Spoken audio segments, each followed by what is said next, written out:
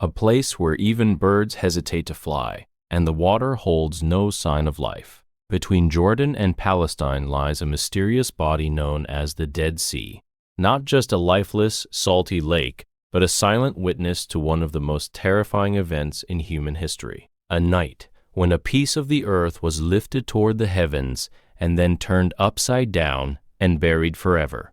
But this destruction did not come suddenly. Its roots go back to a time when mankind altered its very nature and invented a sin the world had never seen before. This is the story of Prophet Lut, peace be upon him, and a stubborn nation whose defiance erased an entire civilization from existence. Thousands of years ago, in the ancient city of in Iraq, a young man walked alongside his uncle, Prophet Ibrahim, peace be upon him, on the path of Allah. This young man was Lut, among the very first to believe. Their journey brought them to the fertile lands of Sham. By Allah's command, Ibrahim stayed behind, and Lut was sent toward a city known as Sodom.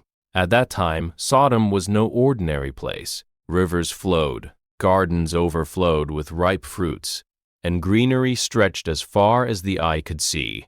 5 grand cities, home to more than 100,000 people. But behind this beauty, a darkness was growing, a darkness that would soon consume the entire society. The people of Sodom were intoxicated with wealth, so arrogant they refused to help travelers and the poor. And then Iblis came to them, disguised as an old man. He showed them a path that shattered the limits of human decency. He taught them to abandon women and turn toward men, committing acts of shameless immorality. This crime became known as the actions of the qoum of Lut. In Sodom, sin was no longer hidden. It was done openly, with pride. Robbing travelers, public indecency, mocking the weak, became their way of life. And among them stood one man, alone. Prophet Lut. Day and night he warned them, "Value the blessings given to you. Do not corrupt your nature." He reminded them, "You abandon the women created for you and turn toward men. This is dalem, a grave injustice." But their response? Mockery. They said, "O Lut, if you are so pure, then leave our city. If you don't stop, we will expel you."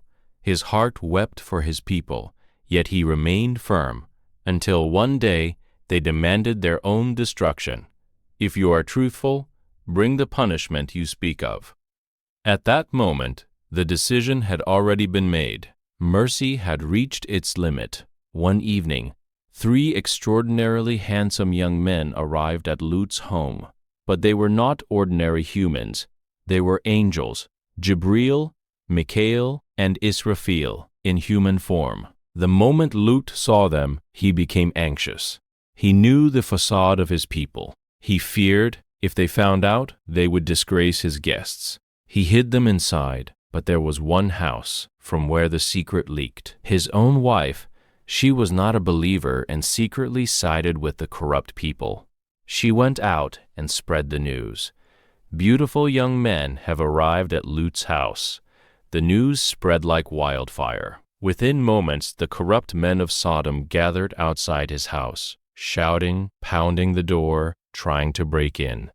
Lut made one final attempt. He pleaded, "These are my daughters. Marry them. They are pure for you. Do not disgrace me before my guests."